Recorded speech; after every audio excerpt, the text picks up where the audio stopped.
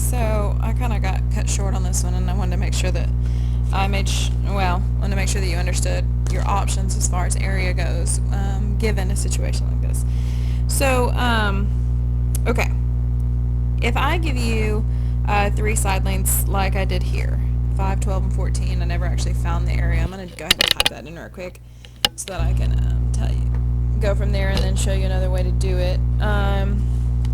If I take the square root of 15.5 times 5.5 times, oh my gosh, I can't believe I said 5.5, that would be 10.5. So that's silly. Okay, 10.5, 3.5, and 1.5. Then I would get that 29.231.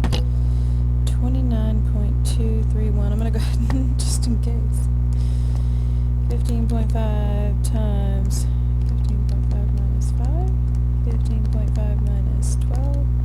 15.5 minus 14. Okay, good. So that's my area, right? Well, I want to show you that I could do it a different way. I could do it using just area equals 1/2 base times height. So I'm going to draw a triangle with a side length of 12, 14, and 5.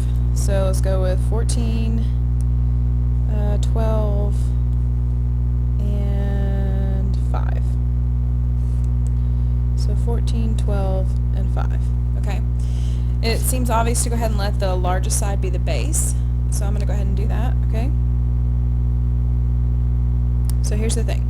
If I were trying to use the area formula like normal, 1/2 base times height, then I would have to say area equals 1/2 base, which I'm going to say is 14, but then I need to know the height, right?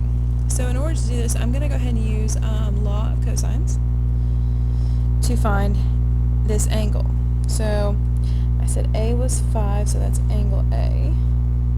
This was C, so that's angle C, and this was B. Okay, so if I'm trying to solve for angle A, in order to find the height using right triangle trig, I'm going to say A squared equals B squared plus C squared minus 2BC cosine of angle A, and then I'm going to fill it in. 25 equals 144 plus, what is that, 196? 14 squared? Yeah. Minus 2 times B times C times the cosine of angle A. And I'm going to solve for A.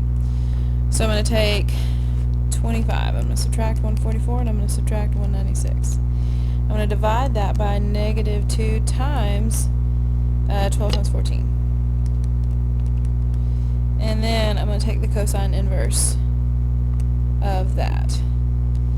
And that will be 20.364. So let's go with angle A is going to be 20.364 degrees. Okay, so if I'm trying to use the area formula 1/2 base times height, I need the height. And so here's what I know. I know sine of 20.364 degrees equals opposite over hypotenuse. So that's the hypotenuse in this right triangle right here. Yeah? And so then 12 times sine of that, so 12 times sine of 20.364.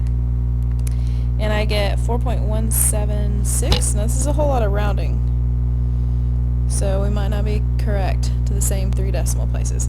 4.176 as the height. And so, if I want to find the area formula, 1/2 base times height, 1/2 my base is 14, my height is 4.176.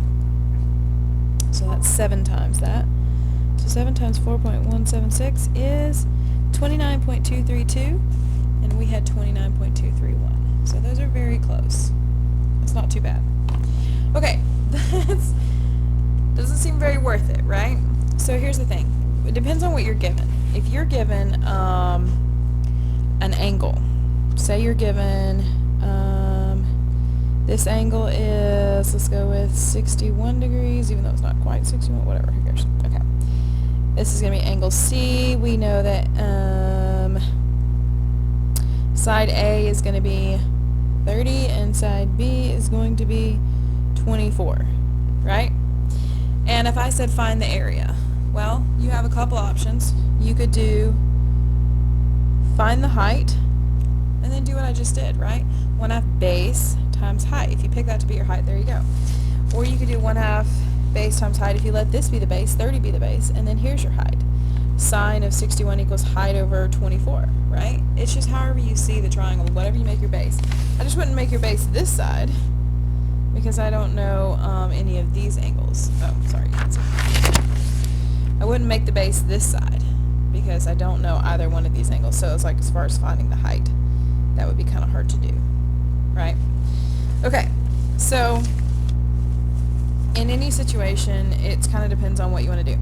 You could do law of cosines and find side C, and then do Heron's formula, or you could do 1/2 base times height using right triangle trick. Okay, so I just wanted to reiterate, or not reiterate, I just wanted to clear that up and make sure to address the things that you're going to see in the assignment.